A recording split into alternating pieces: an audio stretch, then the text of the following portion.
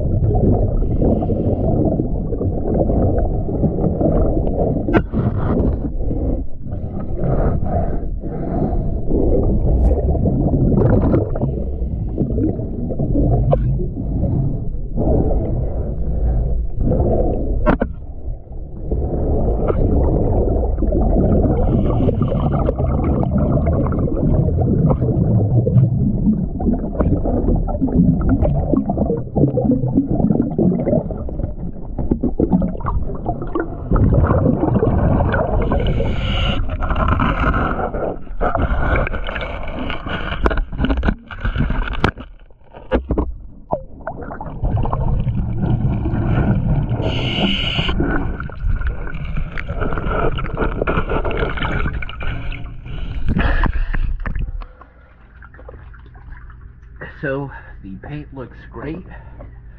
There is quite a bit of growth on there. No hard growth on the paint itself, but on your out drives and your stern thruster grate and the bow thruster grate, I am seeing a lot of barnacles. I'm going to go ahead and talk with you and see if you're okay with it getting clean.